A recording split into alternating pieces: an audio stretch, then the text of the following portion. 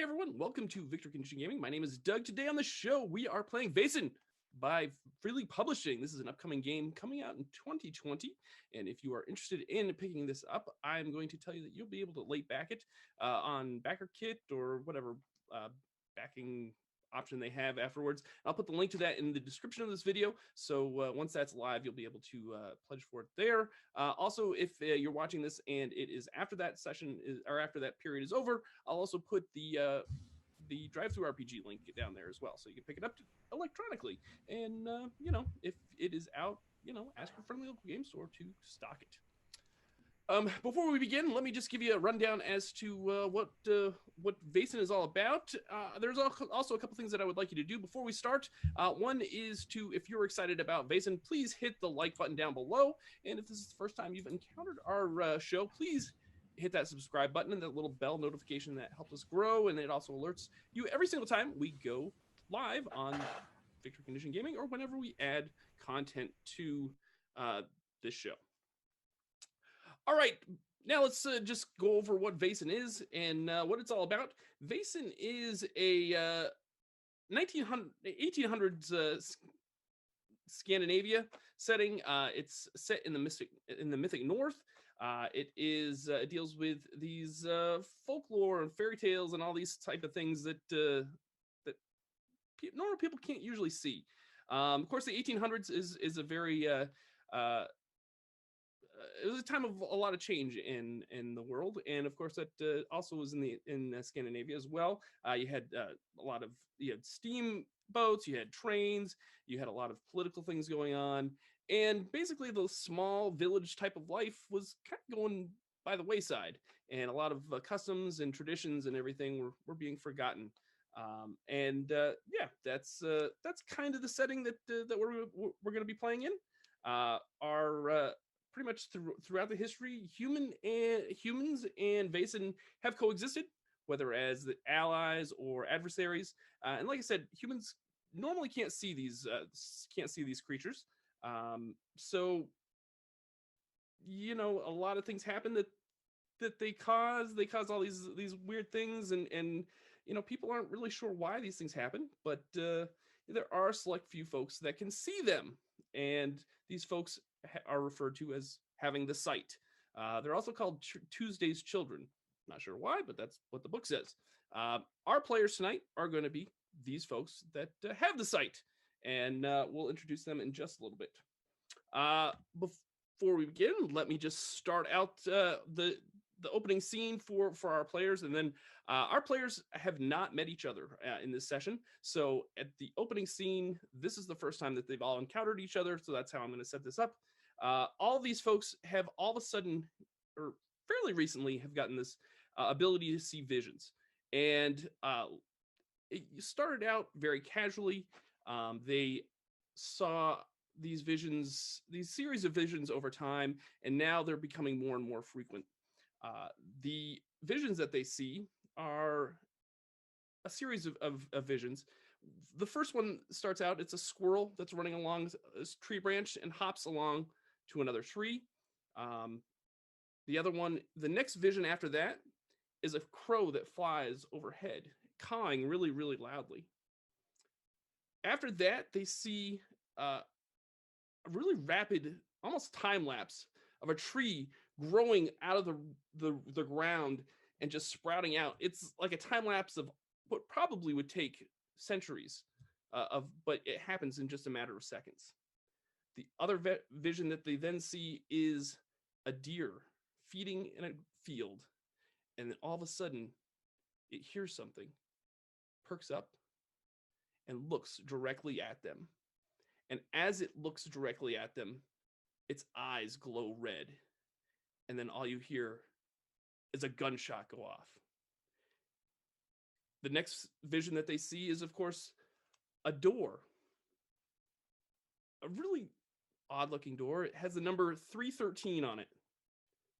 And when the door opens in the vision, they see this old lady sitting in a chair with a window in front of her and the lights shining through the window.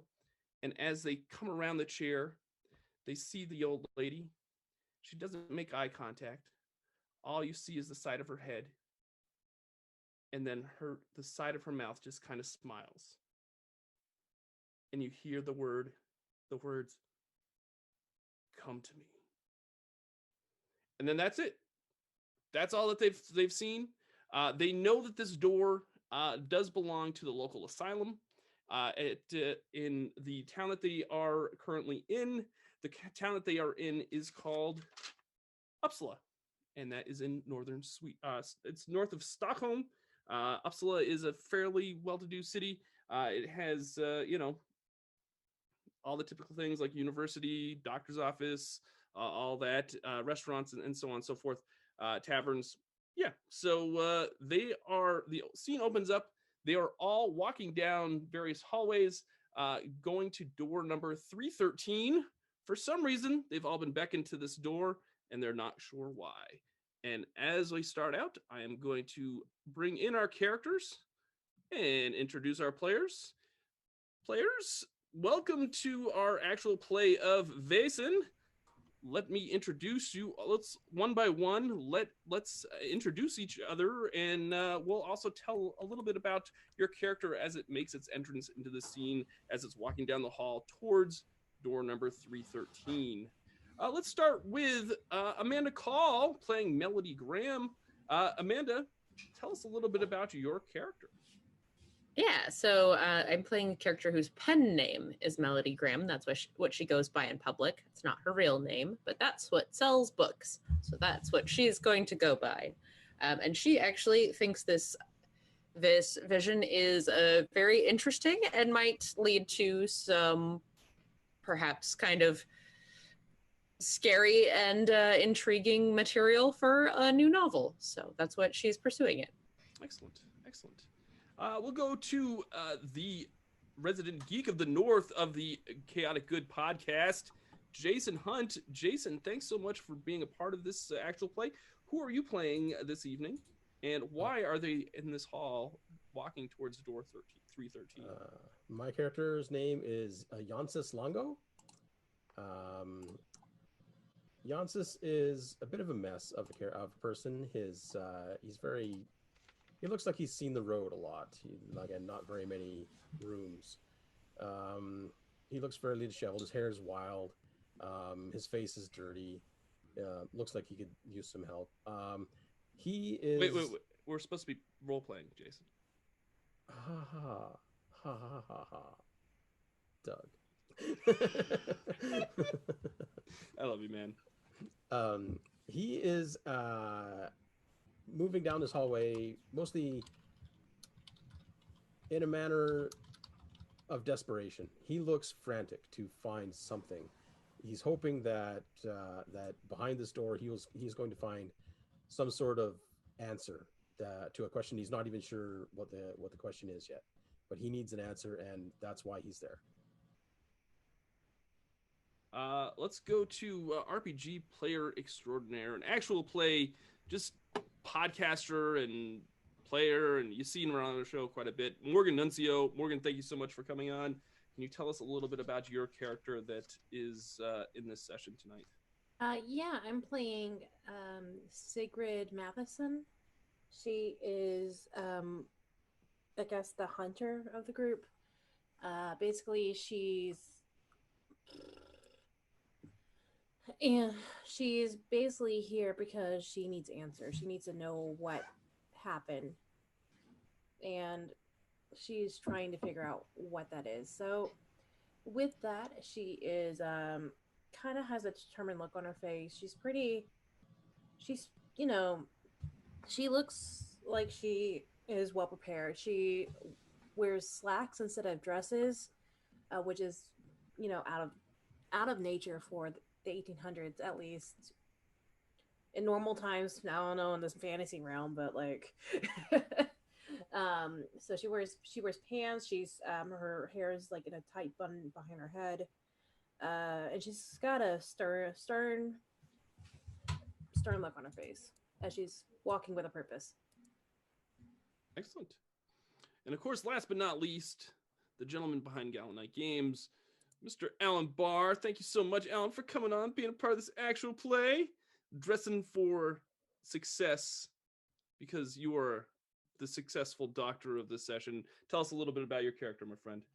Well, Dr. Carl, excuse me, Dr. Carl, I think it's Borealis, like the Aurora Borealis. All right.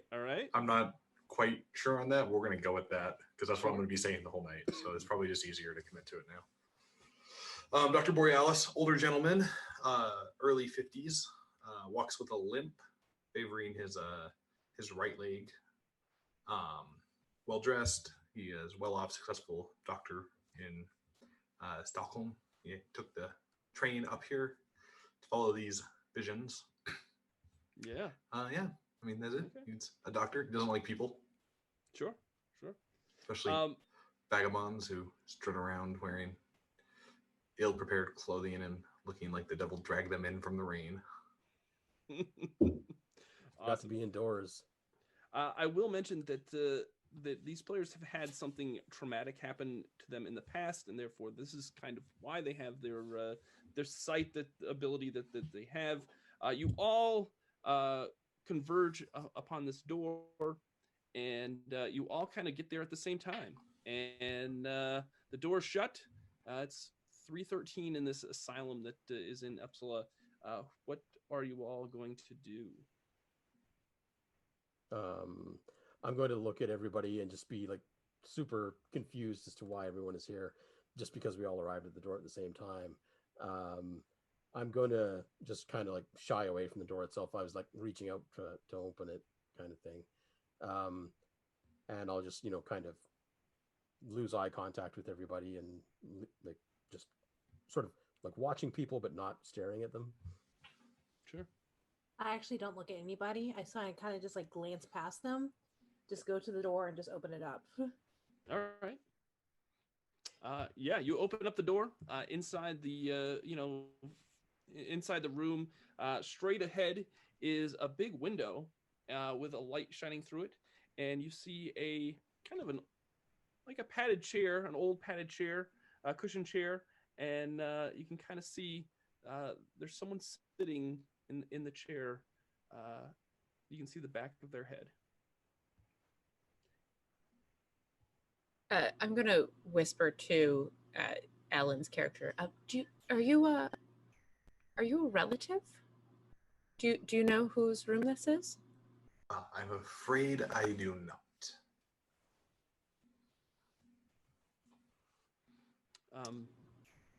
The That's voice. it. That's all you're getting. What? That's fine. The person in the chair, without moving, she faintly says, good. You all are here. Please, come in. The instant she says come in, I'm going to rush into the room. All right. Not going to do anything. I'm going to rush past everybody and just be like inside the door.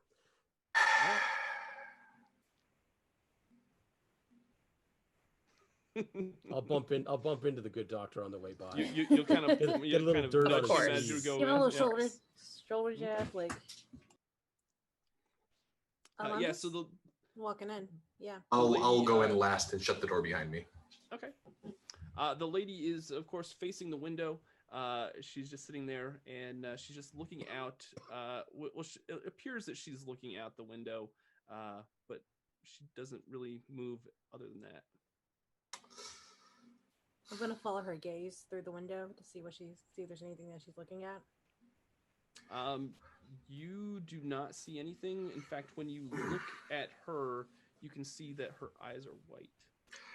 Well, I'm going to go over to this lady, even though she's of a dizzy age, as we would say where I'm from. And I'm going to make sure she's not dead. Yeah, no, she's breathing. She just spoke to us. She sits there and she's yes, actually, but you can never be too sure. It could be air escaping the lungs if one is of a melancholy humor. she's actually just sitting there stroking a black cat in her lap. Oh, well, says, if she's stroking the cat, then obviously she is not dead. Yeah, no. That's an important detail. I'm a terrible doctor. Calls himself doctor. Dr. Borealis, it's so nice of you to join us tonight. Well, the pleasure is mine, I'm sure. But unfortunately, I don't know who you are, and you appear to have the advantage over me. I am Linnea Elfclint. My good sir, I have beckoned you here. And she just keeps stroking the cat. I see. I have something urgent to give you, and we need to discuss something very quickly. Well, I look around the room. Do I see like a kitchen or a wet bar or anything? No, it's just basically it's like a bedroom. All the it's an asylum, so there's very little that she's given there in her patient room. Well, my good lady, I don't suppose you would have anything to drink. I'm been a long train ride, and I'm fit to smother a parrot. Oh, I'm sorry, it's not. That's right. I researched a crap load of Victorian slang. You're gonna get this all night. I love it. I love it so much. Just so you know, smothering a parrot is when you drink absinthe. Because it's green, I guess. I don't know. I'm curious as to the origin of that one. And frankly, this website I found could be full of it, and I would not know. It could be, as they say on the website, full of pod snappery. I'm very impressed, Dallin. Let's just put it there. So she says, I'm sorry, I do not have something for you to drink, but I do have something rather important to give you. Young man. Ruffian, I believe she means you. Can you please go to my nightstand and open the drawer? There's a piece of paper and some keys in there that I want you to fetch for me, please. And she just still sits there and she's just stroking the cat. I'll go over to the nightstand and open the drawer, and I'm assuming that's what I find inside. That is indeed what you find inside. All right. I will take all of that stuff out, and I'll fold the piece of paper up and tuck the keys into my pocket, and I'll turn around, and in my hand is a walking stick, which I will point at the good doctor. Not the only one with a stick, old timer.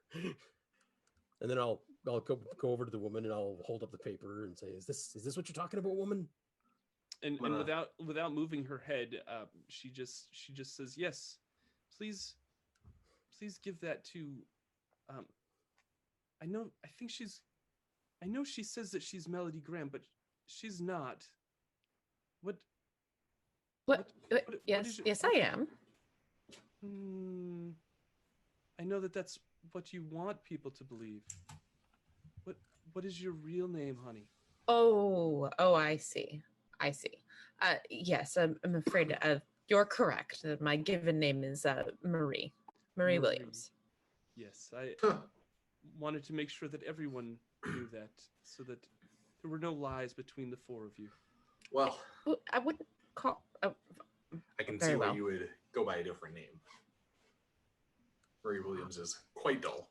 Rude and a suit. That's amazing. Marie, please, this young man, please hand this paper and the keys to Marie. I will hand her the paper and then look a little bit sheepish and dig the keys out from a pocket that is full of lint and like bits of string and papers, and it just litters the floor briefly. You're gonna give them to me all grody. They're not grody. They're just, lint covered. It's if you it's grody. I mean, a little bit.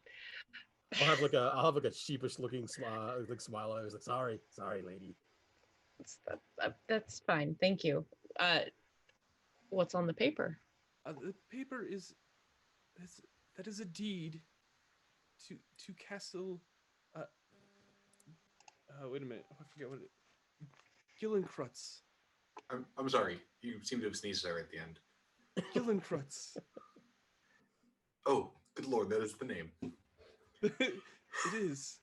Oh. It is the castle of our home, of our headquarters. It is now yours for the four of you. Our headquarters? Who I is was about to ask the same thing. Our headquarters? I'm sorry, our headquarters? See, back when I was a young woman, I was much like you. You're a man? I'm sorry, was that before or after the American War of Independence? We're not in America. We're not in Why are America. you such a dick? You see, Because I'm hanging out with somebody who looks like Yanis. And his sword always put me out in the rain. as they say where I'm from.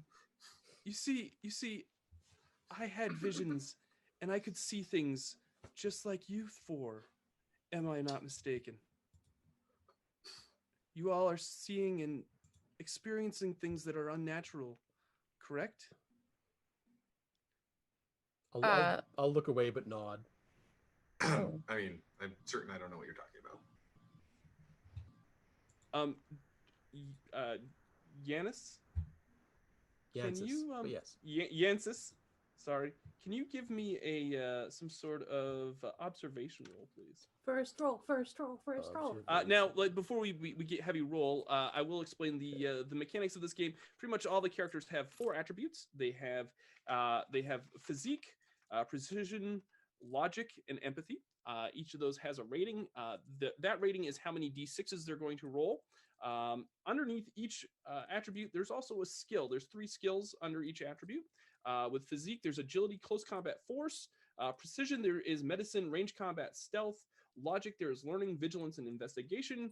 Empathy is inspiration, manipulation, and observation. Pretty much, if they have a rating underneath one of those skills, they take that rating and add it to the score of the overall score of the attribute.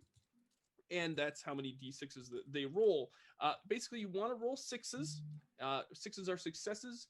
You can push a roll if you don't roll any 6s on your first roll, but if you roll any 1s on your reroll, then you suffer a condition, which is not a good thing. Once you have 3 conditions, either physical or mental, you become broken, and that is never a good thing. Alrighty, that's 5 dice for me, so there we go. 2 6s, no 1s. 2 6s. Yes, you notice as she's stroking the cat that as she's petting the cat, that the cat is actually much larger than you first noticed, and its ears are rather pointy. Is he a long cat? And it has like these lower fangs that are protruding out. And as you look, you're noticing more and more of these little differences that you didn't notice upon first glance. And all of a sudden, it just kind of looks at you, and it has these yellow glowing eyes. And she's just sitting there petting her cat, and she's now, honey, no, he's okay, he's fine, he's good. What kind of animal is that? What is that thing? That's not a cat. That's no normal cat. Oh, it's just my pet deer. Don't worry about it. It's not a deer either. What are you talking about? It's what's called a Vaesen. As soon as he said the like, what is that? Like my hand slowly starts going to my what is it, my dagger, my hunting knife. Okay, your hunting knife, yeah. Yeah, and then she's talking to it and saying it's okay, and she's like, yeah, not touching it. and she's just like, it's protected me all these years. How did you even get it in here? Well, to most normal folks, it just looks like an ordinary cat. What do you think, Doc? I'm a doctor of medicine, not a veterinarian, good sir. Oh, excuses. I mean, technically, you are of medicine if you are a veterinarian. Yeah, I mean, Yanis, I'm a doctor, not a vet. I was going to say, we already got in I'm a doctor, not an X. 20 minutes into the stream. Well done, Alan. Well done. You see, That's a This very... all strikes me as a bunch of skill-a-malink, if you ask me. That's a very strange-looking cat. I Nobody would just say it's hands not you normal. a castle. see, Well, someone just handed me a castle, apparently. I'm holding the deed and the key. I used to be one of quite a few that we called ourselves the Society. We protected humanity Terribly. from various Vaesen that like to cause havoc. Now it is up to you. Now that these Vaesen are being forgotten about. They're starting to rise up and lash out. And it's up to you four to start the society anew and become what we were once.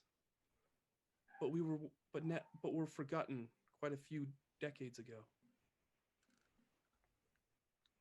So you're telling me, pardon me, you're telling me I'm supposed to do something about that sort of thing?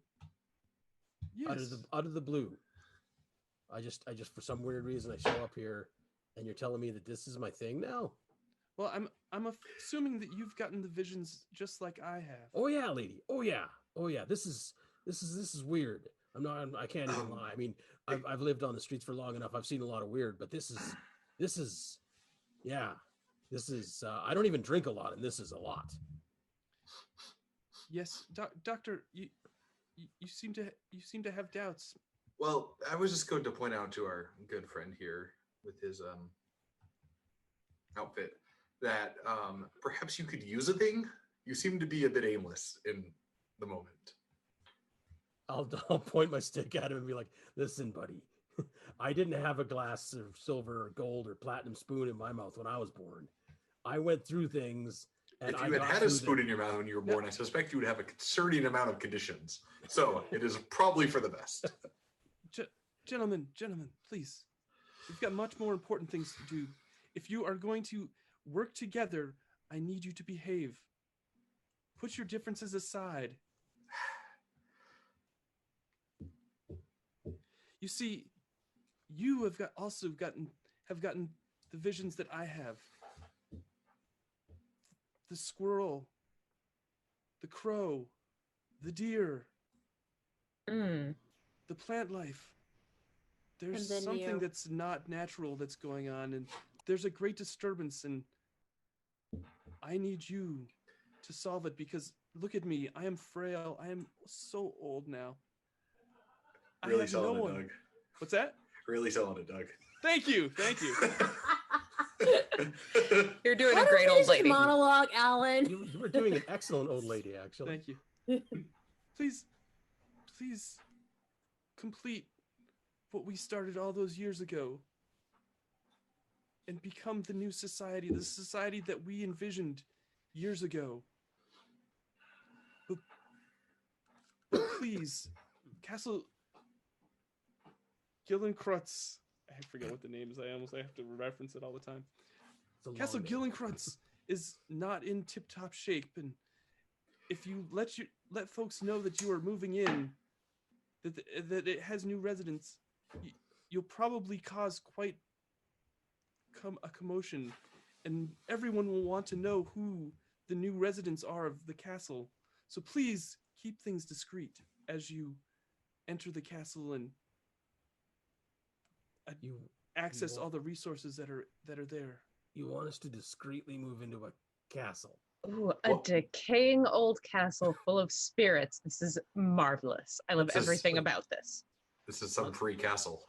On the subject of resources, is this a paying thing we're doing here? Well, you see, my boy, we don't do this for money. Although sometimes that is a little bit of a perk, but we do this to help humanity and to help the balance between the Vaesen and the humans. I'm not looking for money, lady. I just need to know that things are going to get taken care of if we move into this place and start doing this thing for you. I mean, I'm not above working for free. I mean, I've done weirder things for free in my life, but I need to know that there's going to be something behind me here if we're going to do this for you. I mean, you got a free castle. We got a free castle. Yes, what but more do you want? in property tax alone, this castle is going to be a lost leader after all the renovations. I think the most important thing is we need to learn is we are different from everybody else. We can actually see, and she gestures to the cat, that we can see other things according to that, and I think it's in our best interest to help society with that matter. So we need to go to the castle first. Is that correct? If you, yeah, I'm sure from there you can kind of pinpoint where these troubling events are emanating from. All right. So we head to the castle, then from there see what else we can do. Do we know where the castle is? Yeah, you know that the castle Gillencrutz is it's like this. Pretty much, it's like this really broken, like pretty much just exactly like you say it. So like Old you know janky that it's ruins. abandoned. You know that like The light bulb. most of the people just think it like there was crazy I am people living in so, it at one point. So into this. Right. You think that this is like a fixer. You know this is whoever's buying this castle is they've got a huge fixer upper on their hands. Oh no! Don't. This is don't right up bother. Amanda's alley here. Oh, it's Yeah. fantastic. And So inspiring. you know that like years ago the local rumor was that like crazy people were living in it at one point, and yeah, And that there will was the be last you heard. again. Ugh. So Hmm. Well, this is just going to be Nanty Narking, isn't it? Sure. You know that most of that language died out like 50 years ago, right? According to this website, which is a thing we know about, phrase lasted until 1896, Jason. Oh goodness. I filtered it by year. so proud of you. Linnea says so yes, I'm afraid that I cannot assist you on this endeavor, but I am here if you need me in the future. Just feel free to stop by. I am glad to help and give you any insight that you might need. I have quite a bit of experience dealing with these creatures, so feel free to come visit whenever you want. I don't get much visitors anymore. Really Is it quickly, because I'm you gonna try look to at the pawn door. off a broken castle and all of them. I'm gonna look at the door from the inside. Is there a handle, or is this literally an asylum? We'll say for the sake of the story, we'll say that the door has some sort of access so that you can open it. Yes. Well, I'm not concerned that we're gonna get stuck in here. I'm just concerned that she's like locked in here. Like, is this like a literal asylum, or is it like the old timey? An asylum is actually just a hospital kind of. Yeah, it's like an old timey asylum like hospital thing. Because Okay, this has so been fun because Alan said he shut the door, so we're like, we're stuck Yeah, in here. that's what I was Can't just about to ask. leave, Yeah, like- yeah, no, Just no. lock ourselves in this room. The whole session takes we place don't- in this one room. It's an escape room. Exactly. We don't need to be making this an escape room actual play session. Well, it seems we have our marching orders, as much as they are, I suppose. Does any of you guys have any transportation, or are we like legging it there? Oh, How good far away is lord. it from here? It's like on the other side of town. You could walk there. Pretty Oh, it's easily. fine. Yeah, Yeah. it's not that. I mean, Because I'm just playing stupid at this point. yeah, that's fine. Just that's fine. for the sake of my character. Also, the coughing, by the way, is all character stuff. I'm not actually sick. My character. So you all are gonna get up and leave the room. Is that I suppose so. I give her a nod and I leave. You know what? So- Go ahead, Jason. I'm gonna go through the other drawers just to make sure. Gonna rob this She- old blind lady. Like, Oh, if there's like a deed and keys in every other drawer. No. without give me a stealth roll for that. Let's just make you Okay. roll something. Sure, that's 6 dice for me because All right.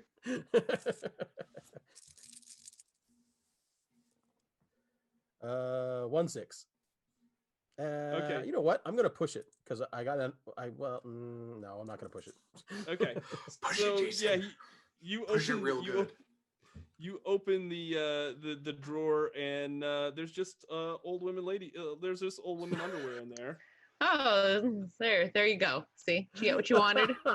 Did you get what you wanted out of that? so I'm really basically- afraid he's going to answer yes to that Actually, question. so I'll click a finger underwear, through a as we pair and know be it, like, didn't come out until like the 1900s. So, In the so So basically, what it is a combinations, and then like a corset, and then like and then like an overlayer, like an overdress, petticoats and all that kind of thing. Because someone had to do, research for the Red Death podcast, which you can catch on the Roll to Play Network. Hey, True story. Subtle plug. I like it. Very Always subtle. be branding on Doug's shows. Yeah. Yes, Alan's familiar. So as you did you actually like reach in and hold up the Oh underwear? yeah, I would like hooked a finger through a pair Okay, or something. And it was just like, so Lydia just sits there without moving or anything, and she says, "Did you find what you were looking for, son?" No, ma'am. All right, please put those undergarments. These are nice though. Away. These are tidy. These would be good hankies. Oh, you put that down. I putting it down, you grumpy old little person. Shake stick at her. Yeah. So what would you like to do next? Well, before we leave, I'm going to go over in front of her and kind of crouch down somewhat awkwardly because of my bum leg and Okay. like look at the cat. Okay. The cat just as you look at the cat, because you didn't quite see the details that No. that the other. Give me some sort of observation roll for Absolutely. the cat.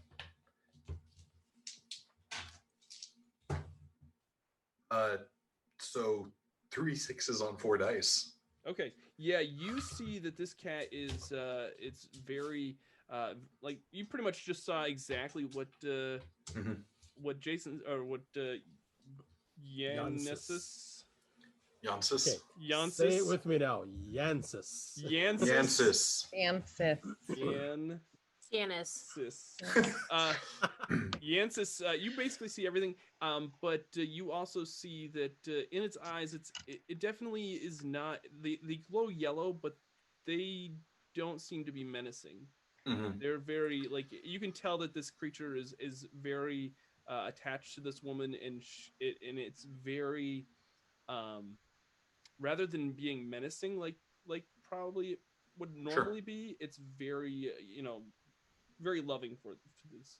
Right. Do you have a name, cat? It just meows at you. And the old Linnaeus is I call him Charcoal. An apt name. Is he at least gray in color? No, he was black. He's okay. That's right. He's not like an orange tabby and she's blind calling her orange cat charcoal, right? She's been Yeah, blind no, the whole time. You know. That'd be amazing. Well, an excellent name. I'm gonna look around. Is there like a saucer or cat bowl or anything anywhere? Sure. I'm gonna make sure it's full before I leave. Okay. Aw, he's taking care of the kid. Yeah, it is. It looks like it's taking. The cat looks like it's taking care. Not a I'm gonna stand up, gently scratch the cat behind the ears. It kind of does that thing where the cat kind of pushes its head out against as you're scratching behind the ears. Well, animals don't like people who are liars and full of deceit, so this lady must be telling the truth. Oh, is that how that works?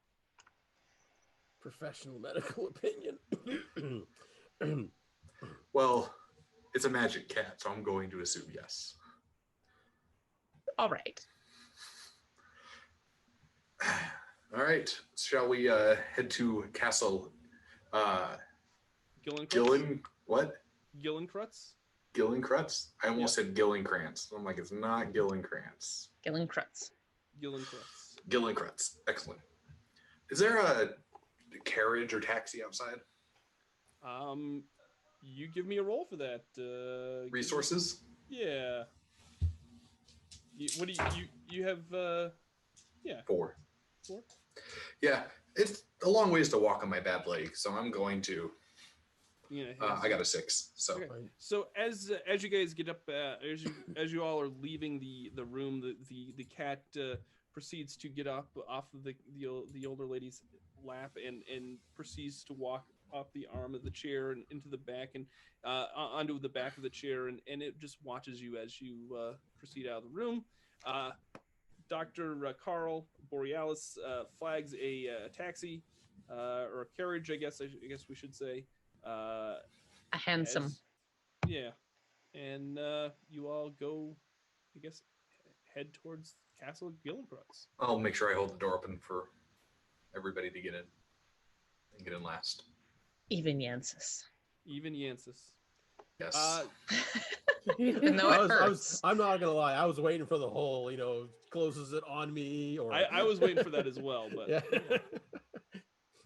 So I just want to point out, empathy is my dumb stat. So yeah, on the way to the to Castle Gillenkrutz, do you guys talk about anything? Is there any scenes that you want to portray? So I want to look. I want to look over this deed and Okay. see what, like, whose name is actually on it. Like, who was it deeded from? Like, what can I glean from this? Like, does this look genuine? Is this lady totally nuts? Like, what do I see here? As far as as far as you can tell, it is totally genuine. Okay. It is a very old piece of paper. It does have a few names that have been scratched out, and Linea's name is the last name on it. I thought maybe it was our names that have been like other people's names that have just like not been given the castle. No, it definitely there's been, you can definitely tell it's been written by, someone with really great calligraphy writing, and someone took like an ink and quill and just kind of took a line, put a line through it, and then put Linea's name down at the bottom. Gotcha. So it's been stamped. It's got some sort of seal on it, so you know that there's, it seems to be legit instead, not just forged or anything. Okay. So looking at everybody who's not a vagabond, how well off do they seem? I'll let them explain. Mostly I'm trying to figure out how much of this castle reconstruction I'm going to end up financing. Oh, I have probably a lot. I have a Yeah. feeling that you're going to, but here's the thing: you don't want to draw a whole lot of attention to the castle. Yeah, that's true. Look, and I appreciate that opinion, but I am a man used to a certain standard of living. He appreciates the opinion of the game master. I have expectations about the quality of life in which I will be kept, Game Master Doug. All right, that's fine. It's fine, Dr. Carl. Well, Sigrid looks, she's kind of just staring out the window, but as you're looking over, she's wearing slacks, just kind of like a suit jacket. That's sort of like a walking jacket. It doesn't look like she's actually wearing a corset because she does too much physical labor, so she's not a proper lady. Oh. And as a doctor, my medical opinion is corsets seem highly uncomfortable, and I support never wearing them.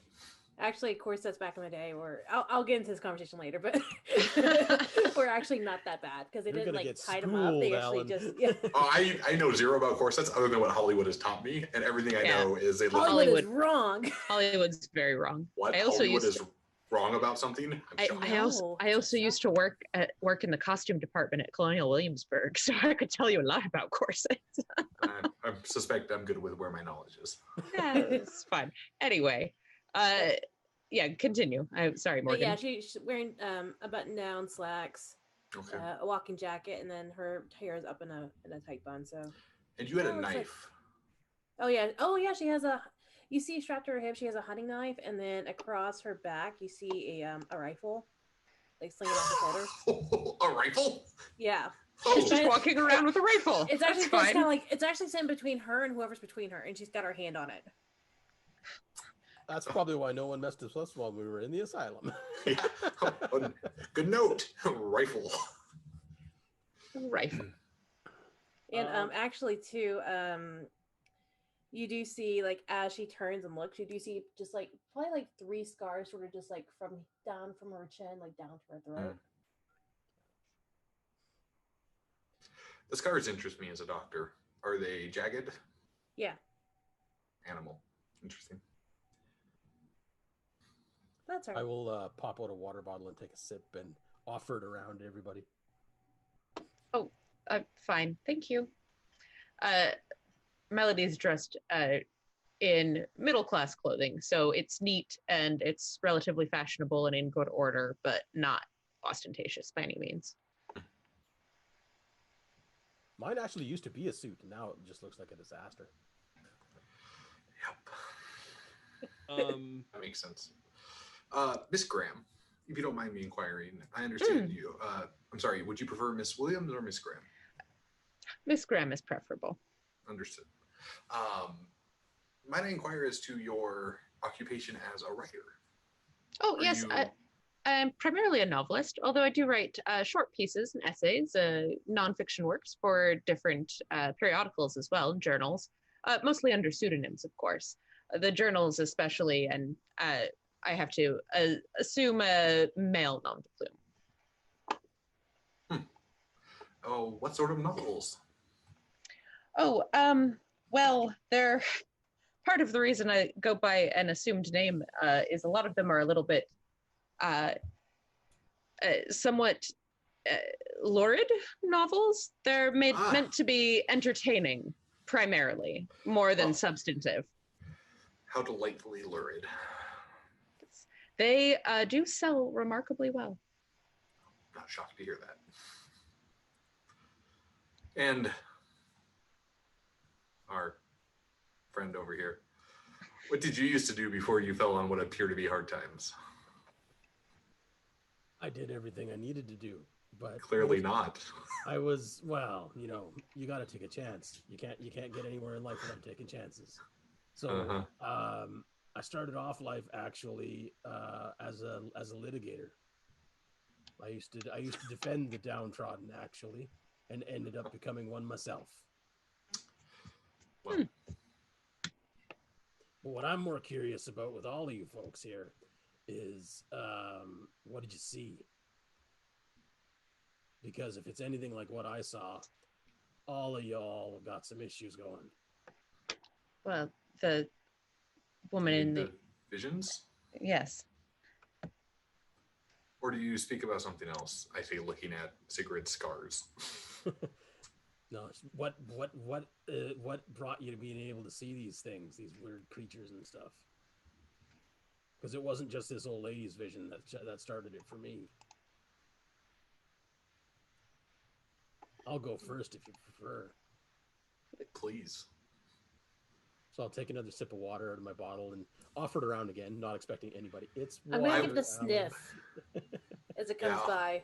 I'll it's sip water. it too. It's actually water. All right. I'll take a swig and I'll hand it back. I'll take out a different flask with some medical ointment in it. Take some, put it back. So I was sleeping underneath a bridge one night, as you know, that's kind of my thing.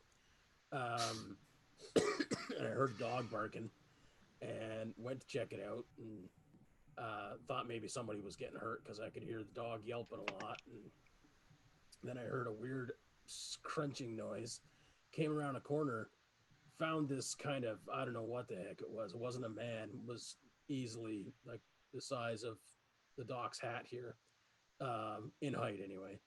And it was just tearing into this poor group of people. It was amazing watching it. Parts of them flying everywhere. And ever since then, I've been able to see this stuff. Like I see weird like little like lights and stuff. And that cat thing that I saw in that woman's lap in the room, I see that crap all the time now. And I don't want to. I mean, I wish this wasn't water, honestly. I don't need that. That's a horrifying event. I take out mine and hand it over. I'll take a swig and then rub my sleeve on it to clean it off, which is not helping at all. Give it back to him. I'll look at it and just dangle my arm outside the carriage window. Oh. Yeah. Well, I saw my deceased wife come back to life, and I had to redecease her, as it were. Oh, what, how is that even possible? Do not know. It's fascinating and terribly grim.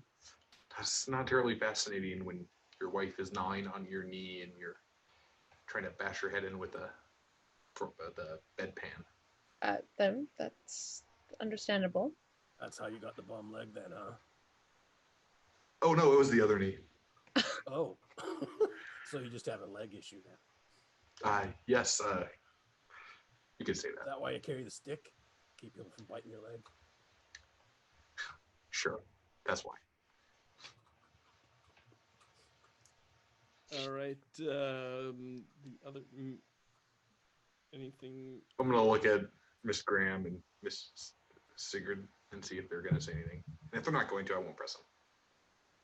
No, I mean, obviously in my line of work, I read all sorts of bizarre and disturbing things, and I then get, strange ideas from them. It's where you get your ideas for these sorts of things, and at some point they just got a lot more real and seemed to not be coming from what I was reading, but just coming unbidden.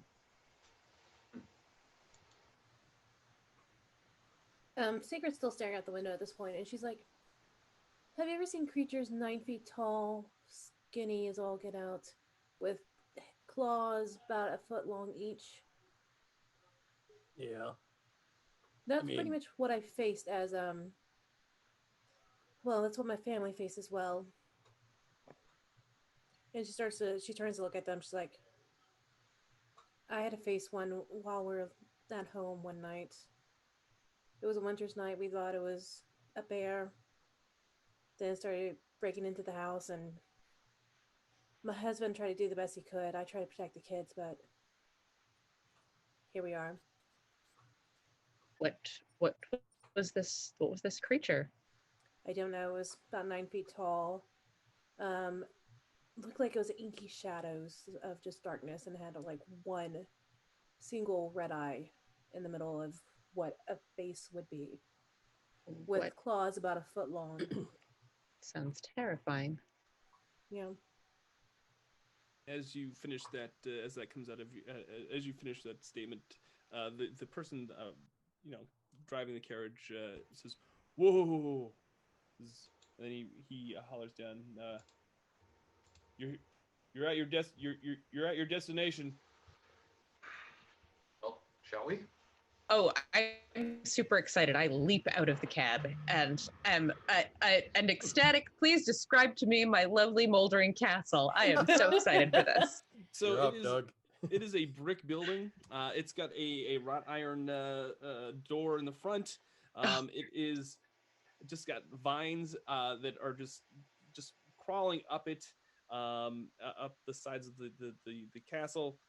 It's got shrubs that are just really all overgrown, and they've actually grown up over the wall of the what do you call that? That goes around the castle. The wall. Yeah, the wall. I guess that's what you call it. I thought there was maybe like a technical term. Well, is this like a medieval fortification castle, or is this Yeah. like so this is not like Or is this like a manor with a wall? This is a full Right. castle. This is a full-on castle. castle? So it's a castle? rampart. Yeah. It's a rampart or a Rampart. curtain wall or something. Yeah. Yes. Yeah. Okay. So you inherit this really old castle that is really Oh, are Really? any of the towers like falling down and looking structurally unstable?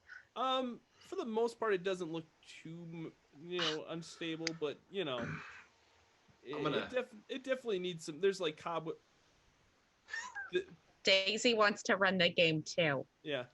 There are cobwebs, in the where the windows would be, and it looks very, very, very old. And it looks like it's probably been abandoned for 50, 60 years. Oh, this is delightful. Well, I'm gonna limp over to the main gate. Yes, I'm looking for the right key to open the gate. I'm so excited. I basically start running around and do a quick perimeter of the gate. What time of day is it when we arrive? It is late afternoon. Okay, so sunset-y kind of. Yeah. All Yeah. right. I will basically do the same thing as Sigrid, actually. Obviously not as efficiently, but I'll be like eyeballing every shadow. Yeah. You don't see a whole lot.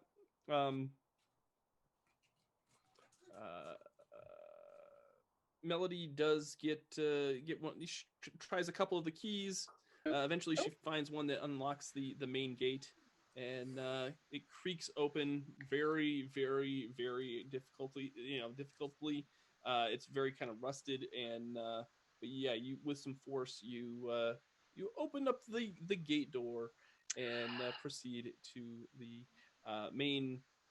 What do you want to call that? Like the front yard, I guess is. I don't know what does a castle usually have. I should have researched A courtyard. Castle. Yeah, the courtyard. The courtyard has got all this shrubbery that's overgrown and just weeds and everything just all over the place. But and in the middle of the courtyard is a fountain that looks like it's all dried up. It doesn't work anymore, and it had probably like an angel or something like blowing water out of a horn, and the angel's actually like tipped over in the middle of the fountain. Splendid. Yeah, this is splendid. Splendid. I It's a love disaster, and she's like, splendid. I love every moment of this. Literally, my character is like a Penny Dreadful author. She thinks this is the best thing ever. I'm like, oh, so now I want to try to go in the front door. I do love this courtyard. I'm going to definitely make a couple of circles of just taking that all in. But then I'm going to try to open the front door. Yeah. Go ahead, Doctor. Yeah, Doctor. Miss Graham, perhaps maybe not so much haste. What? But I want to see the rest of the castle. And we should, but we should do it diligently and avoiding any pitfalls and or steps that might cause injury. Did you miss the story about the 8-foot tall thing that attacked Sigrid? And She wasn't living in this castle. how do you know that? I'm terribly sorry. That was very presumptuous of me. Sigrid, were you living in this castle? Sigrid's doing a walk. She's not there. She's actually doing a walk around. She's not even there. I'm just like, oh, where did she? This Did is she turning into a go? Scooby-Doo mystery. Oh my God, someone's gone already. And this is my concern. I Do I can't see keep up anything? with any of you if you take off at full tilt. Mhm. And Do as I I see suspect, anything as I Andy, walk around? Oh, sorry. Go Um, ahead. No, you don't notice anything out of the norm. It seems to be The- pretty. Does yeah. the gate seem like, is it a gate or a wall? There's like a wall with a gate in front of it. It's kind of like No, it's the whole wall- thing. Yeah, Is the it- whole thing's pretty much walled off, except for the front gate. And it looks like there's no structural No, it looks like it's all been. weaknesses? Yeah, no, it looks like it's all still pretty well. All right, I'm gonna make my lap back, and I guess it's by the time they're talking about the door stuff. Okay. Yeah. So you're all there in front of the castle. You want to open the door, the front door? I do. Look, I will walk slowly and carefully. I will not leave you behind, Doctor, but I am very eager to open the door and see what our castle looks like inside. Well, she did say it was from her society thing, so it's probably okay, I guess. I don't know. Well, we don't know, but it is an adventure. Melody takes another key and unlocks the front door. You hear it click, and then the door's pretty stuck. But you might have to it's been pretty much locked for 50, 60 years, so it might take a little bit of force to open up. I'm not so sure how good I am at force. Let me see. I can help you if you need help.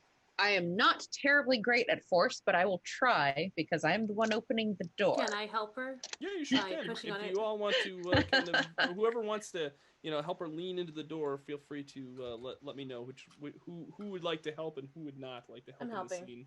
Okay. So Okay. Sigrid and I will try to open the door.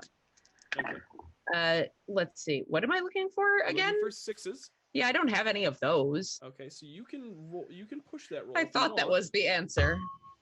I shall do that because I also did not roll any ones so far. I will tell you that if you do Oh no. push your roll and you Yeah. fail, then you will become wounded. Oh geez. Okay. I'll try You're not gonna to hurt. dislocate your shoulder. I'll try not to hurt myself opening a door. this is exactly what I was warning about.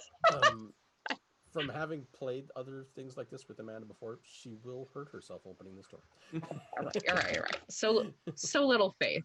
I did not hurt myself, but I still have not opened the door. Ugh. Okay. I still failed, but I didn't roll a 1, All right. so yeah, I... you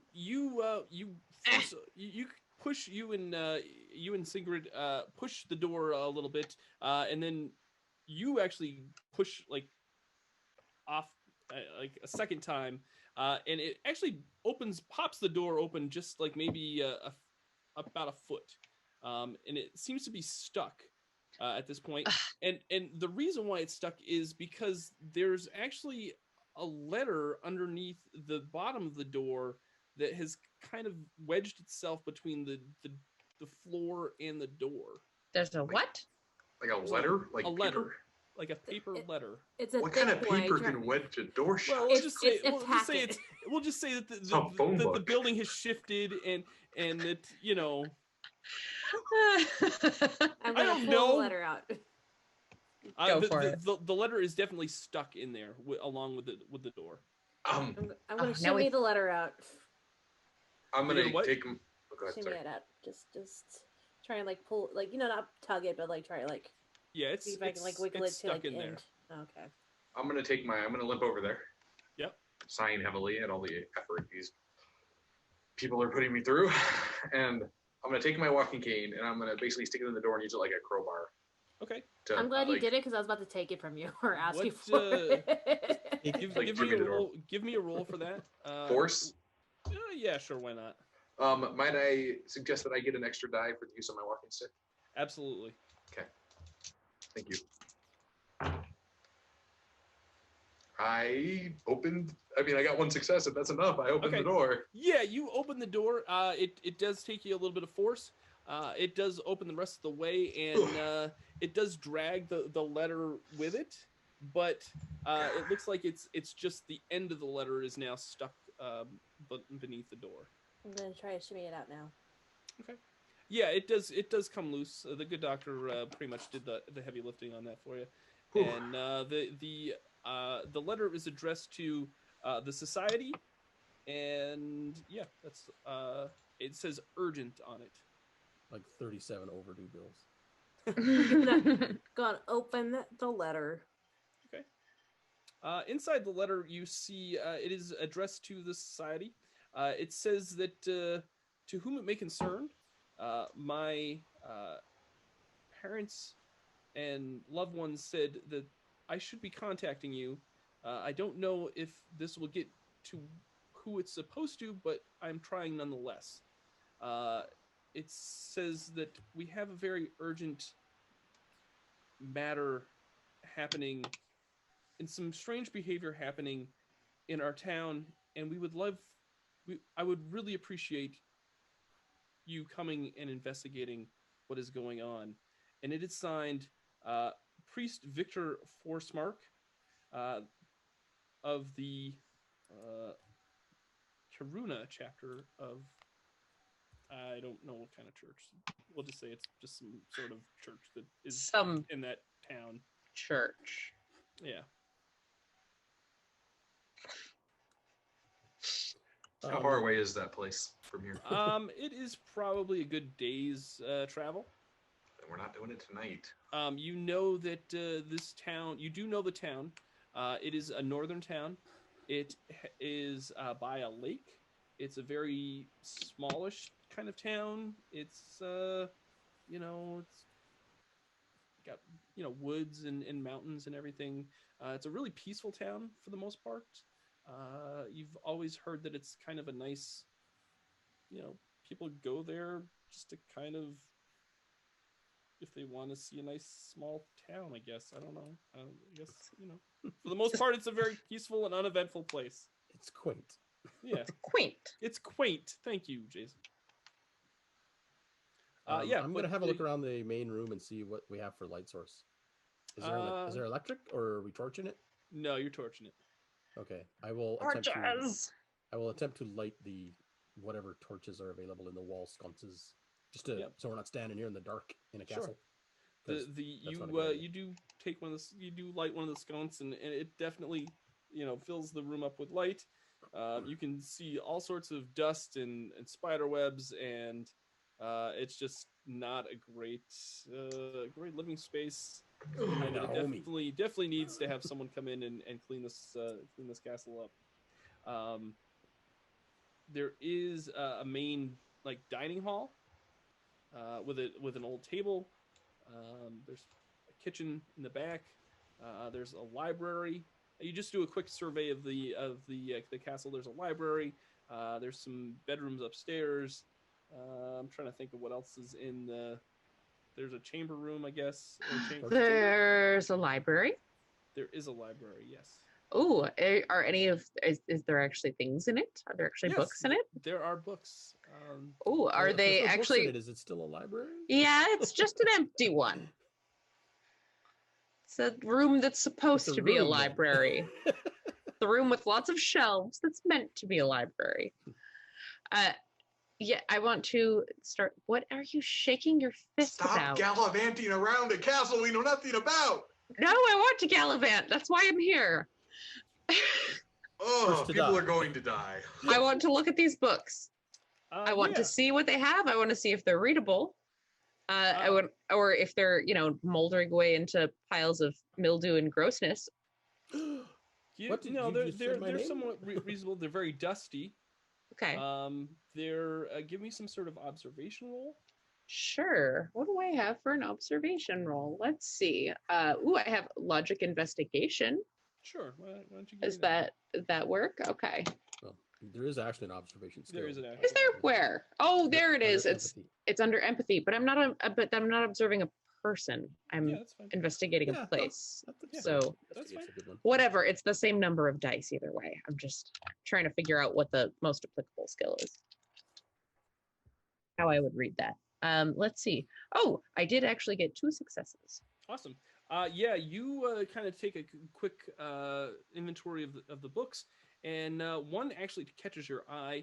It is the journal of Linnea Elfclint. Oh, that's that crazy old lady. I'm going to pull that down and start looking through it. Yeah, you see all sorts of handwritten notes. You see some handwritten diagrams, and it just seems like pretty much a kind of like a handmade source book on Vaesen. Oh, so they're all like her little field sketches and notes and stuff. Oh, yeah. fun. Well, that's very fascinating. Is the rest of the library along that kind of like folklore and local history bent, or is it just kind of general knowledge? It's basically all folklore and local history and that kind of stuff. I see. Okay, cool. So this is a library with a purpose for this organization. Well, I'm going to take the journal with me, and so that I can pore over it some more later. And did anyone come with me, or am I gallivanting in this particular spot by myself? I don't think the doctor went with you. That's for Well, sure. I know that Dr. Borealis did not come with me because he's Jancis yelling from the other room for me to not go looking at things. Jancis is sticking with Sigrid because Sigrid is armed. Oh, I'm by myself at the library. I'm unsupervised in the castle. I certainly would not let Miss Graham run off by herself, but unfortunately, I'm much slower than she is. So I'm probably back there trying to catch up as she flits from like location to location. Like, oh, look at this. Oh, look at this. I'm also probably lighting all the sconces on the way, right? Like she's just running down a dark hallway, and I'm like, hang on, we need light. There's still a little bit of light left. It's fine. I can see. No, if you'd stop lighting those, she'd probably have to stop moving. Yeah, I think you overestimate her commitment to the vision. So I'm going to come back out into the hallway with the journal and run into the doctor. Like, oh, sorry. Look, I found Miss Cliff. What was it? Cliff. What was the last name? Elfclint. Elfclint.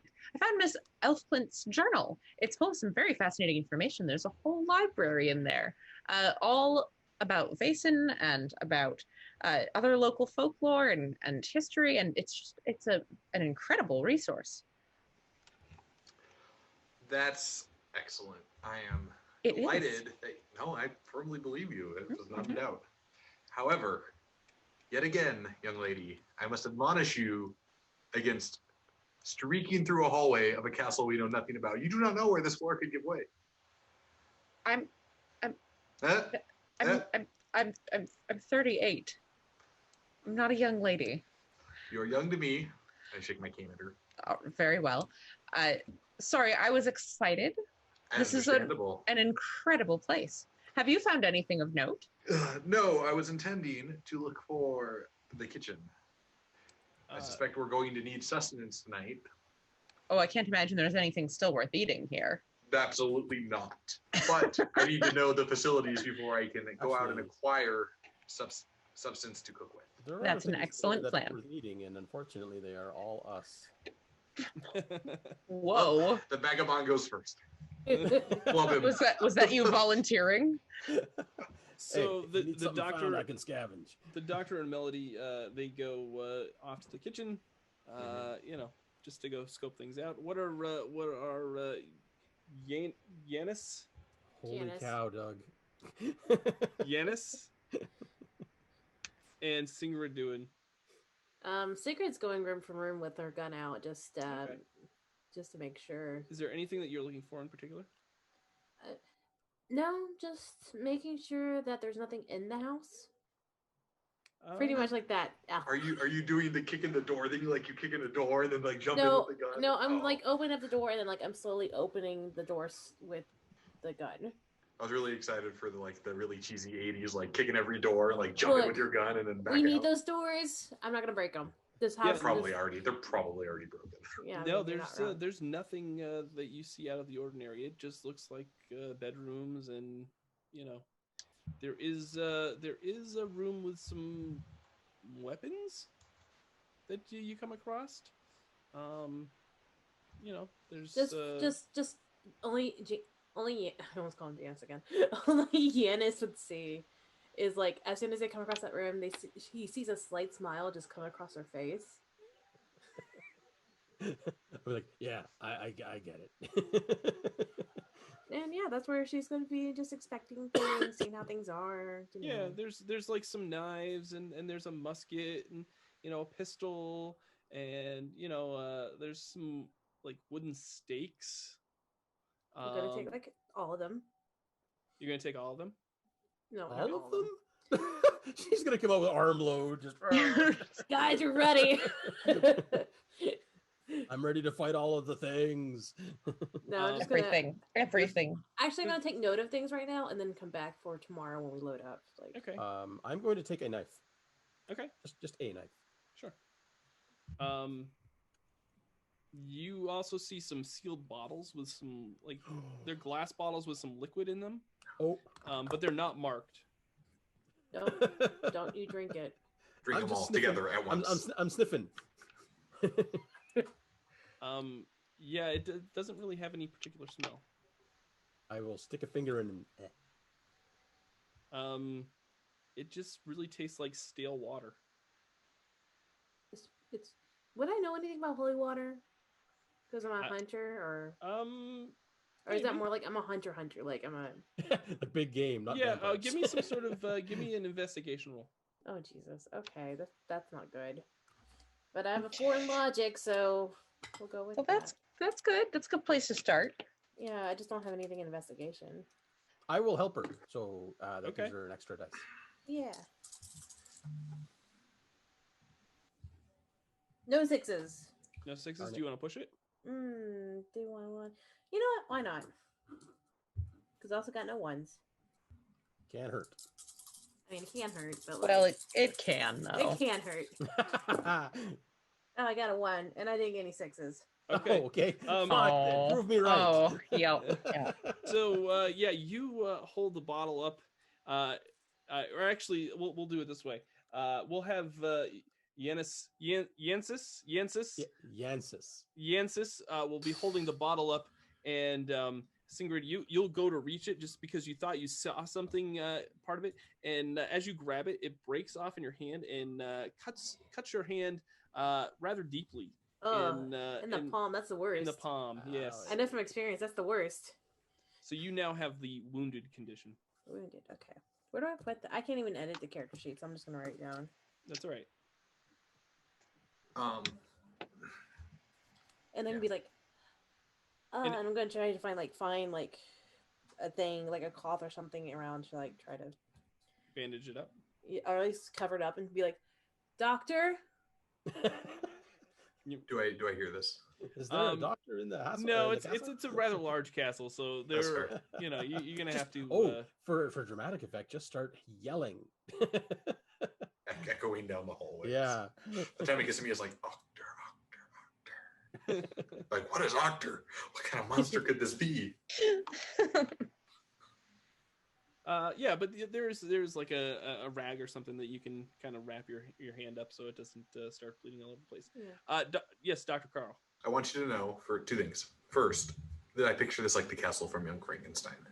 Okay, yeah, It's basically what I see in my head the whole time. that's All fine. in black and white. Oh yeah, obviously. And in What black kinda- and white, yes. It's because Carl is colorblind. And second thing is, if we found the kitchen, does it Yeah. appear to be in relatively working order? It does, yeah. It there's an ice box and fireplace. Okay. It looks like there's definitely nothing there for supplies, No, I didn't expect that, right? but like, it looks like it's fairly, just Yeah. really dusty and really gross. what month is it? Is Oh, it now spring, you're- fall? You're asking hard questions of poor Doug here. We'll say it's October. Great. Miss Graham, it's Yes? October. We should start that fire, Yes, we should. or we will freeze to death in the night. That is very true. Is there? I'm gonna go look for like a big dining room. Oh yeah, there's a big dining hall. Sure. Okay. When I get there, I'm gonna like yell for everybody to come meet me. Okay. Did you just leave me to start the fire and then call everyone else to a meeting? Yes. Rude. I assumed you could start the fire and get to the meeting by the time they got there. Actually, Well, I'm just it's slow, and it takes me longer to get places. all right. Well, I guess I'm gonna have to roll to start a fire. Why do you have to roll to start a fire? Have Are you you ever that tried? bad at fire? She might. She's gonna start roll all everything ones. on Is gonna fire. set the castle on fire. The game's over. Hey, that's one way to get rid of the dust. It's a year zero game. Do not ask Doug to make you roll unless you No, absolutely that's- have to. Yes, That's this is fair. true. Please. That's fair. This is true. I start the fire and it's fine. You start the fire, and all of a sudden you notice that the smoke is not going up the chimney. I can't get the draft going. No. Um, The chimney might be blocked. I'm gonna like find something long, like a stick or fire poker or something, and just start like banging around up in the Okay. flue. Dr. All Carl right. has a stick. Just saying. I'm not going to take his walking stick. give, Burn my give, walking give me stick, some it'll sort of make things force. much Give worse. me another force roll to see if you can pry loose whatever's in the chimney. Oh boy. Okay. Please let it not be a person. In my real life experience, it's probably a bat or a bird. I did succeed. I got one Okay. success. Yeah, you poke it a few times, and then all of a sudden, this pieces of a nest come Oh. down and fall on top of you. Oh. And, and then it also falls into the fire that you. Oh. I hope adds to like more kindling to the. I hope it wasn't occupied. It was not. It's like an old nest, Well, always very birds dried out. nesting in chimneys. That's to be expected. So yeah, you all are in the dining hall, in the dining room. What? Yes. As soon as you walk in, I was like, "Oh, doctor, there you are. Do you mind?" Oh, good lord. Yes. I grab my medicine bag and I sit down at the dining room table and I make you sit near me and put your arm on the table, right? And I have the medicine skill, which I will now roll. Okay. Yay, medicine. Oddly enough, medicine is a precision skill, not a logic skill. So, hope this goes well. Can I help? Oh, never mind. Too late. It's so funny story about that. Oh no! Oh wait, I have emergency medicine, so I can heal mental conditions or physical conditions with the medicine, right? Yep. Okay, so I got one success. Okay. Yeah, you. I rolled 4 ones, but I got a success on my first Yeah, roll that's- at least. So I that's don't fine. have to push. Yeah, Nice. no. So yeah, you bandage it up. You take out a little bit of needle and thread, and stitch her hand back up into so that it's not a gaping wound, and it's going to heal rather nicely actually, without very much scar. Wonderful. As a suggestion, when everybody's here, I suspect there are some things we should discuss about this castle. What sort of things? Such as? Well, there's no food, there's no supplies, for example, bedding, things like that. Well, did I see bedding when I walked in the room? You did, yeah. You saw actually rooms with bedding on them. There is room for bedding. Excellent. But there's no food, there's no utensils. How are there no utensils? There's definitely utensils. No, there's old utensils. There's old utensils, yeah. Is it made out of silver? I think it should be fine. So you say that. But this is how you get scurvy. Now I'm looking it up. It's not how you get scurvy. It's a lie. Oh, Scurvy is just a vitamin deficiency. He's a doctor, so we're supposed to believe him. but ingesting silver tarnish is also not good for you. So if you don't have any way to polish silver, then regardless of the actual accuracy of what I'm saying,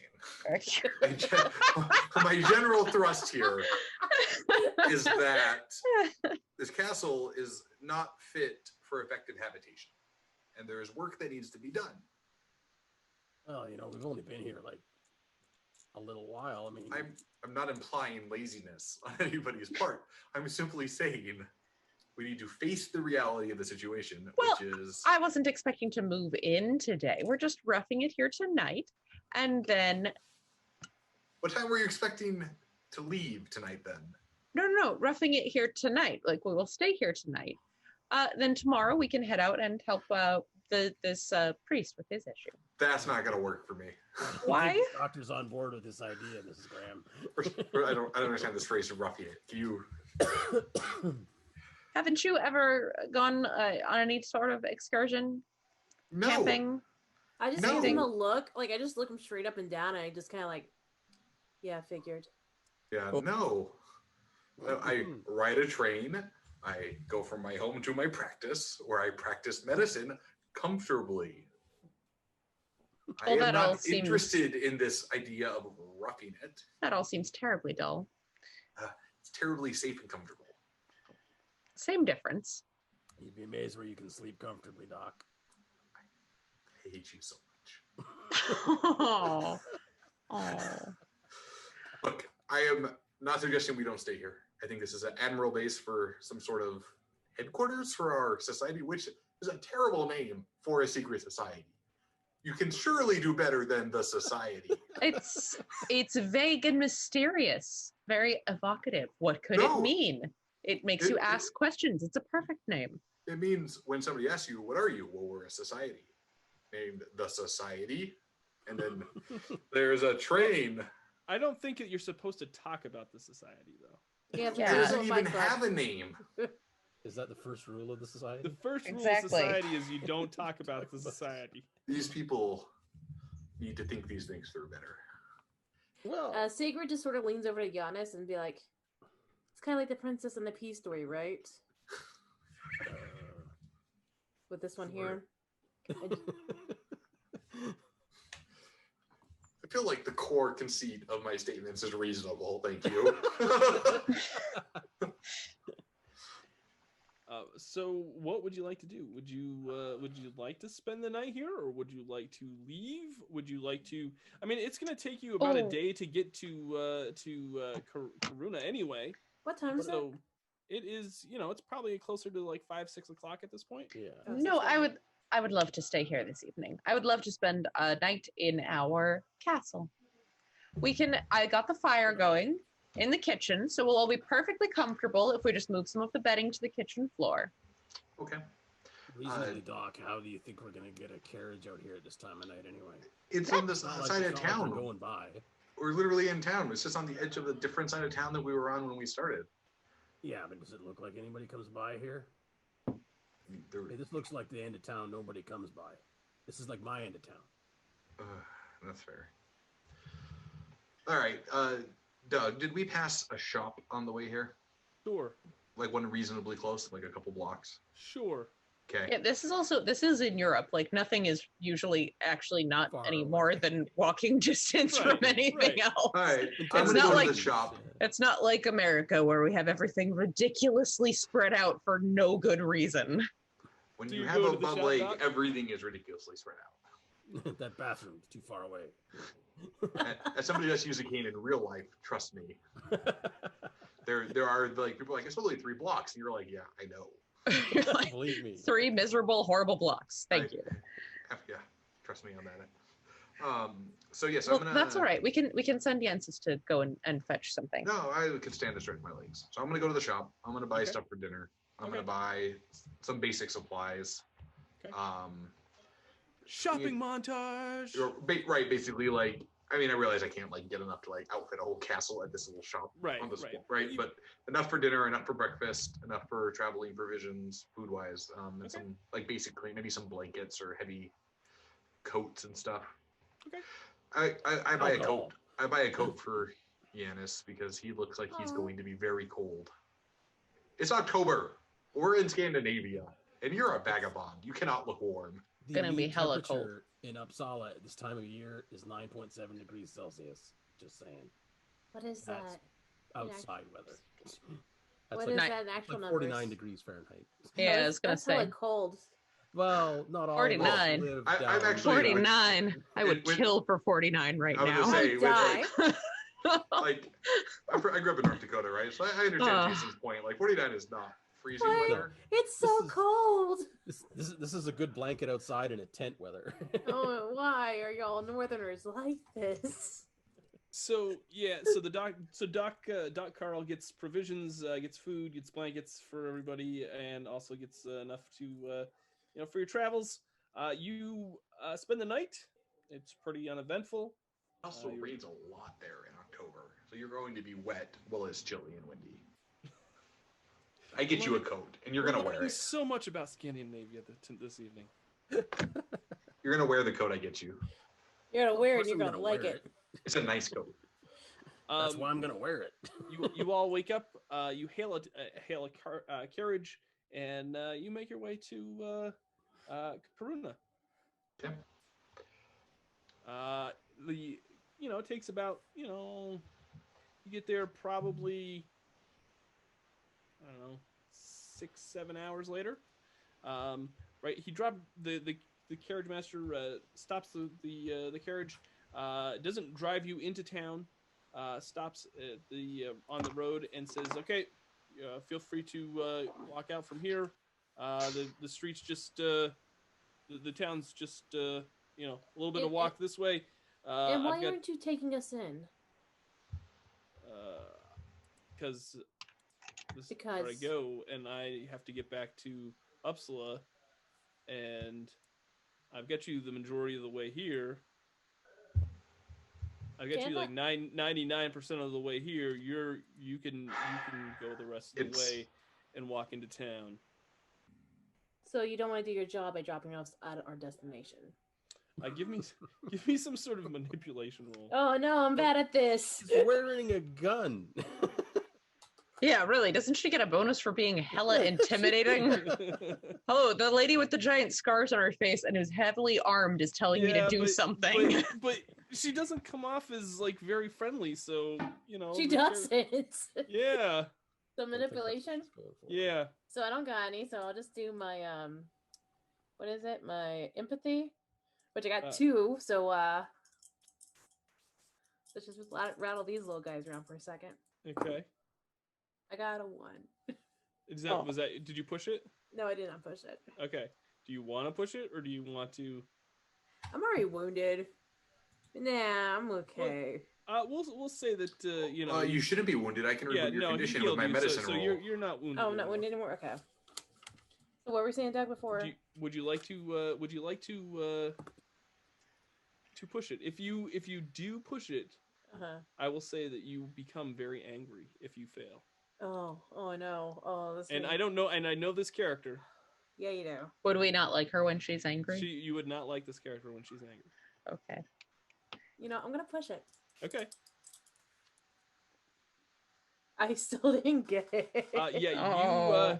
You become very, very angry and start telling off the carriage master, and he just immediately Takes off. tells you all to get off. And as even like some of you are starting to get off, he just starts booking it back to Uppsala, and I'm gonna take a rock and just fling it in that direction. Okay, you Trying to take a hit him. rock.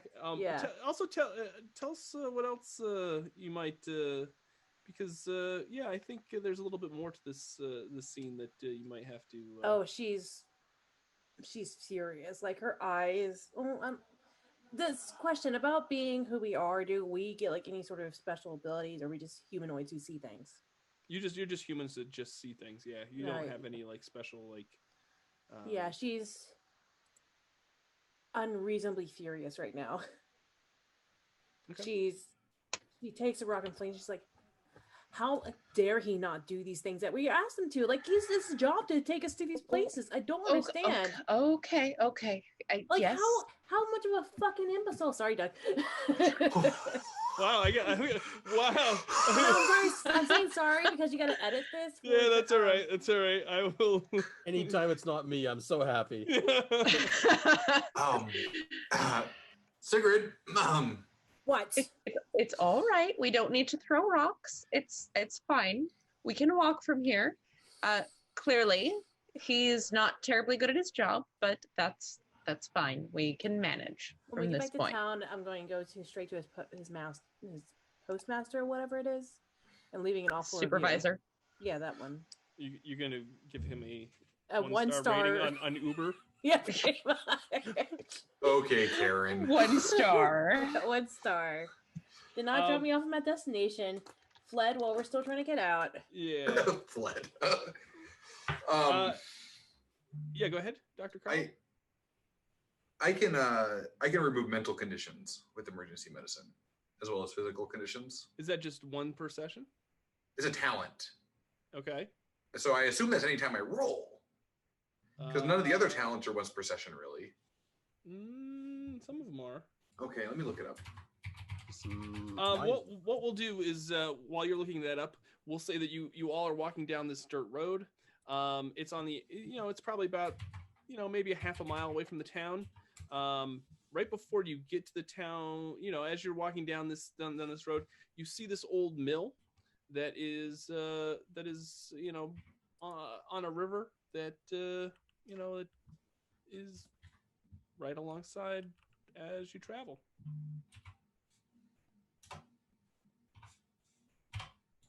Okay. Okay.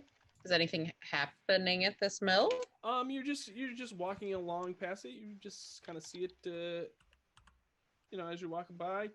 Everybody, as you're walking by, you start to see something move, coming up over the from the bank of the river.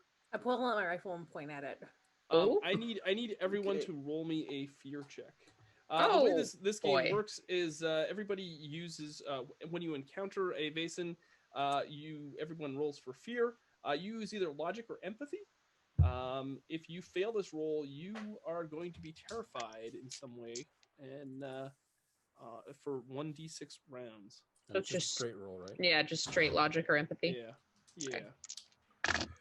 And we get to choose, right? Yep. So I can choose my 5 logic and not my 2 empathy. Correct. Okay, sweet. I pass. I'm so mad. Well, we have to. Yeah, and if we roll any ones, we're no. failing, If you don't roll any 6s, and if I don't roll any Can we sixes. push that? yeah, you can. I will be on the push 1 train. to like. Yeah. I think I don't. Yeah, I can't remember if you can push that. Oh or not, my but- god! So you all, the 3 of you. I the pushed three it of and rolled 3 ones. Okay, that's fine. No. So you all are very terrified. The 3 of you, except for Dr. Carl, are terrified. You just freeze in your tracks. But I'm so angry. You're just fuming, standing there. For 5 rounds. Oh, you Oh freaking kidding me? no! So 2 things, Yes. Doug. This Yes. is essential. 1, is not a limit on how many times I can remove conditions. Okay. Nice. Including the frightened condition. Oh, you can? Okay. Oh. Yeah, that's one of the mental conditions. All I can right. remove any of them. So let's just let this play out for a second. Yep, absolutely. As you guys approach, get closer to the mill, you see this little creature walk up the side of up over the bank and onto the street, onto the road, and it's this little short, probably only 2.5, 3 feet high, very pointy, crooked nose with pointy shoes and Something we ought not to be pointy terrified of. ears and just a pointy hat on Are you it. kidding me? We're terrified of a freaking gnome. And Are you kidding me, Doug? We're terrified by this. Terrifying. You've never seen. He just looks like kind of like an old man. Oh, it's a And freaking gnome. yeah, he's got like these keys that jingle on his waist, and he's carrying a pile of wood, and he's just walking by, and then he kind of takes a second look at you all and kind of looks again, and then he says, "Can you see me? What are you looking at?" Is my gun still pointed at him, even though I'm frozen in fear? Yeah. Yeah. Yeah, he's not. He's definitely. You can definitely tell he's not used to having people see him. Good day, sir. I'm Dr. Carl Borealis. So, Fair. Yes, we can in fact see you. Of course, we don't mean you any harm. We're simply on our way to what's the name of the town? it's called Karuna. We're on our way to Karuna. And we just happen to be passing by. I apologize for startling you. Oh, of course. It's a flippin' gnome. Like, shouldn't you be off guarding a lawn somewhere or something? I've got chores to do. This mill isn't gonna run itself, A mill. I see. Well, may we pass through? I don't know. Can you? I'm not gonna stop you. Great, wonderful. Is there anything we should be concerned? Actually, let me follow up with that. Two things. One. Do you all of you talk this much? No, I'm an unusual specimen. And he just kind of looks at Yanis, and he's just kind of like, what were you saying? I'm sorry. I was simply going to ask if anything unusual is happening in Coronis currently that you might know of. No, actually, the master of the mill says things are great there. Things have never been better. We're exchanging all sorts of stuff for. They're just reaping in all these bounties over there. It's crazy. This is like great time for this city. Things couldn't be better. Huh. Interesting. Well, I appreciate the information. We'll be out of your hair so you can get back to working the mill. Is that a beard joke? Funny guy? I said, no. What are you pointing at? My that beard. Little stubble? That stubble that you got there? Look, you arrogant little prick. Oh no. He's gonna throw down with the gnome. I hit him with my walking stick. The next 4 All rounds right. are gonna be Alan and this gnome kicking each other's ass while we're frozen in fear. Yep. Hit him with my Right. darn stick. Time for a Donnybrook, son. So the of course the mill we gotta gnome do one of these. drops the wood and he starts raising his fists. He's like, "Why, Pugilism. you little?" I'm not little, you little. You are tiny. And all of a sudden he starts to swing at you. Uh-huh. You gonna reach out and like, Can I like One of those things push him away? yeah. Yeah. And he's just swinging and is wait until I tell my master would tell the mill master would. Can't believe it. I don't even know how you were able to see me, and I'm. I punt him. Oh boy, we're gonna get killed. when we Gonna get this punt over. him. Well, he's not big. It's like punting a small dog, right?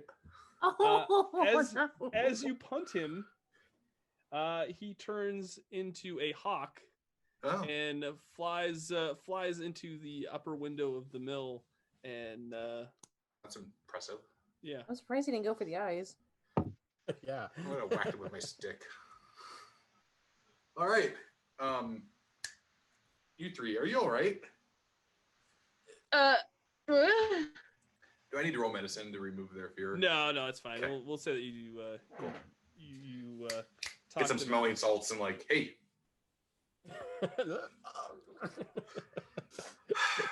good lord. It's fine. It's the first time I saw one of those things. What He was was a third of a meter tall at most. His hat was probably half of that.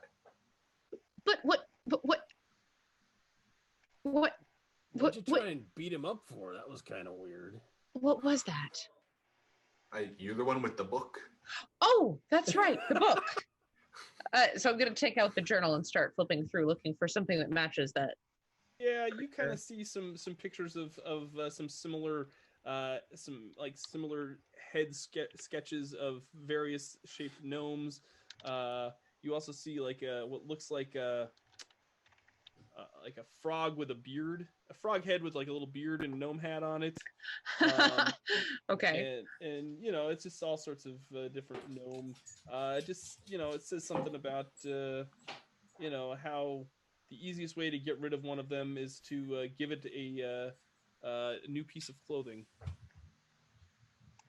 Oh. Okay. It says here to give it a new piece of clothing and it'll go away. It doesn't say anything about hitting it with a stick, though. Or kicking it across the farmland. No. This is not how we want to introduce ourselves to this town, though, I can tell you that. I mean, they don't like us. Usually strangers don't get really a whole lot of chuckles and handshakes when you walk in the door at the start of things anyway.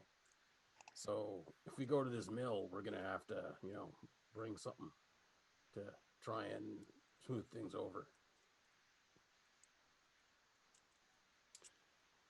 Yeah, there's no other than seeing the hawk fly into the mill. There's nothing. The mill wheel is just still going, and the brook is just babbling. And Can we see any other part of town? Just the mill right now? You can also see in the distance. You can see the town. You can see some buildings. Do we see anything that like resembles a church or anything? Yeah, you'd probably see a church steeple. I shoulder the rifle and I start heading towards the church. Sure. I guess that's where we're going. Okay. Yeah, so you walk towards town, pretty uneventful. You get, as you're walking down this main road that goes through the center of town, you see, townsfolk just milling about and talking and Was that a pun? yeah. They're milling. Yeah, about. they're doing their usual townsfolk stuff. Oh, In Corona, and Karuna, I guess is probably how it's pronounced. And yeah, you don't see anything out of the norm. You see a butcher, you see a blacksmith, you see a tavern, you see a church, general store, all that kind of stuff. Can somebody give me an investigation roll? Dr. Carl wants to volunteer. Really good at Dr. that. Carl? Okay, yeah. Nose goes not it. Why don't you give me 7 dice. an investigation roll? Dang. 5 in logic. Sweet. I got 4 1s and no 6s. Do you want to push that? I feel like I'm not going to push that roll. That feels like Okay. it'll go very Okay. because that would That would break me immediately. Physician, heal Yeah. thyself. Yeah. Oh wait. Yeah, I'm not Yeah, gonna you push just, that. like I said, you just see all this, all these Right. normal townsfolks. As you are walking through the center of town, as you're headed towards the church, the local constable comes up and introduces himself and says, "Hey, folks, how are you? What brings you to our town here?" Ah, good sir. I am Dr. Carl Borealis. Ooh, a doctor! Wow, they're very impressive. See, and that's the way that people should react when I say that. I roll my eyes. We came to see the priest at the church. Oh, Victor Forcemark. Yes. Yes. Yeah, no, he's I think he's in his church at the moment. Wonderful. Where else would you find a priest? Yeah, no, sometimes he's out and about in the town visiting, Of course. The elderly and doing priestly things, as you were, but I guess Sure. Do you know why carriage drivers do not want to come into this town? I don't know. Still hung up on that. I don't know why. No, this is a great town. As you can see, we're very prosperous here. It's been quite the last few months have been great for our little town. What happened in the last few months? Oh, well, I mean, I don't want to toot someone's horn a little too much, but we have a great hunter in our town. I'll have to introduce you to him when he's not busy. He's been scoring some great quarry in the forest, and it is supplying us with a lot of provisions for our town, more so than normal, and we've been able to take those provisions and trade them for other resources with other towns, and we're in an abundance of things that we were lacking severely previously. Oh, that's wonderful. Does this hunter have a name? Is he French? Gaston, perhaps? That's Yo- 3 dozen eggs a Johann. day. You need to meet Johann Ness. Oh, well, I'm sure we will. Yes, I will make sure to introduce you. Wonderful. Well, we must away to see the priest. Yeah, sure. I'll take you there. Let me. It's been a pretty uneventful day today so far. Let me take you to the church. Yes, And that would be wonderful. he follows you to the front door of the church. He leads you to the front door of the church. Knocks on the front door, and I'm sure Victor will be right here. And as after a few moments, the door opens, and you see a priest in white collar, and comes to the door and says, "Why, Henrik, nice of you to see you. Nice to see you. It's been a while since you've visited my congregation, but you should stop in more often." Who are these folks? Yes, Father, priest, we've received your letter. And I'm going to start making my way in. Just march right in by. So you just stomp right past. I squeeze, but I don't push. Okay. You just kind of Knocks the make priest on his yourself butt. you just make yourself at Politely. home. Okay. Politely It's a church. brush It's open to past the everybody. priest. Yeah. So Right, so right, it's fine. so the priest kind of backs up and lets you in and says, "Please come in. There's much I need to talk to you about." Henrik, thank you so much for bringing these folks by. I reached out to them and they needed to. I'll deal with them from this point on, and if we need you, we'll give you a call, or we'll give you a holler, Henrik. Call. I don't know why I said call because this is 1800s. So he motions Henrik away. Henrik, of course, he's constable. He's got other things to do, so he walks off. He proceeds down the steps and proceeds back to the center of town. As you are once you're alone with the priest Victor, Forcemark, he takes you all and kind of gathers you around and says, "I'm so thankful that you made it. I was worried that my letter was going to not be received.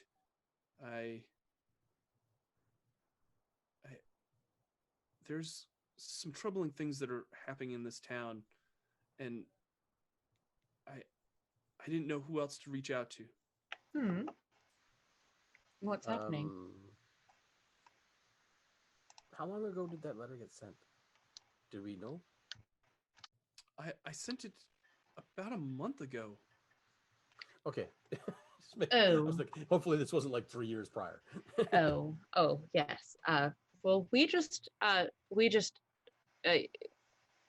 were just appointed as caretakers at the castle, so we just received your letter. Oh, yeah. So there's some strange folks that are acting quite peculiar in this town, and I don't know how else to describe it. I've tried to question them. I've done everything that I can do to try to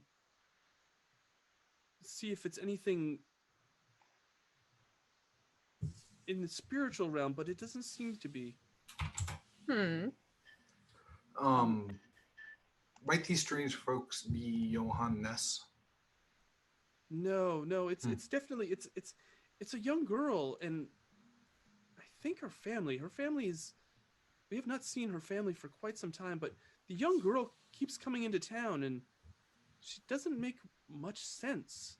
She keeps talking about a beautiful castle and a queen, and I don't know. She lives on a farmstead. I don't know what, and she just has this glazed look on her face. Drunk? What? No, she's not under any kind of, If I didn't have she's any not parental supervision, I'd be intoxicated. straight for the liquor. She's not intoxicated from what I can tell. How frequently does she come in? Well, whenever they need supplies, she's usually the one that comes into town, but she doesn't seem to make any sense when she just keeps rambling on about beautiful queen and her castle, and there's no castle over there. Where? What do you mean over there? Where? Over on the homestead of the Dolk homestead, the farmstead, the place where she lives. That is rather interesting. And as you are sitting there on the church pews, and the priest is talking, all of you begin to feel something wrap around your ankles, and you look down, and these vines and roots have proceeded up through the cracks of the floor and have wrapped themselves around your feet. Ooh. And that's where we're gonna leave for tonight. Not so much a cliffhanger as a ankle grabber, but sure. Yeah. Boo. Oh, that's funny, Alan. Come on. Feel ashamed for that. Shame. We will take this up in part 2 of Vaesen in probably another couple weeks or so. So feel free to, if you are interested in this. There was a lot of backstory, a lot of setting to go over this first session. So we didn't quite get to all the creepy, scary parts that we probably are indicative of this, We this will setting. next time. We will next time, of course. We're trying to. Hopefully, we all won't be standing there frozen in fear as Alan fights everything. I know, right? Mhm. You know, my close combat skill and my range combat skill are both 0, right? Yeah. Like, I cannot fight anything to save my life. Yeah. So one more thing that I'll do, more thing I'll say is just if you like, if you're excited about Vaesen as much as we are, please hit that like button down below, and please hit that subscribe button and the little bell notification, and that helps us as well. We really appreciate everybody that is part of our online community here at VCG. I want to thank all the players for coming into the part 1. We'll have you back for part 2. We'll keep your eyes open for that session here coming up very soon. I want to thank Alan, Jason, Amanda, and Morgan for coming on and doing this actual play. We'll see you next time. This has been Victory Condition Gaming, because winning shouldn't be the only victory condition when you get to the table.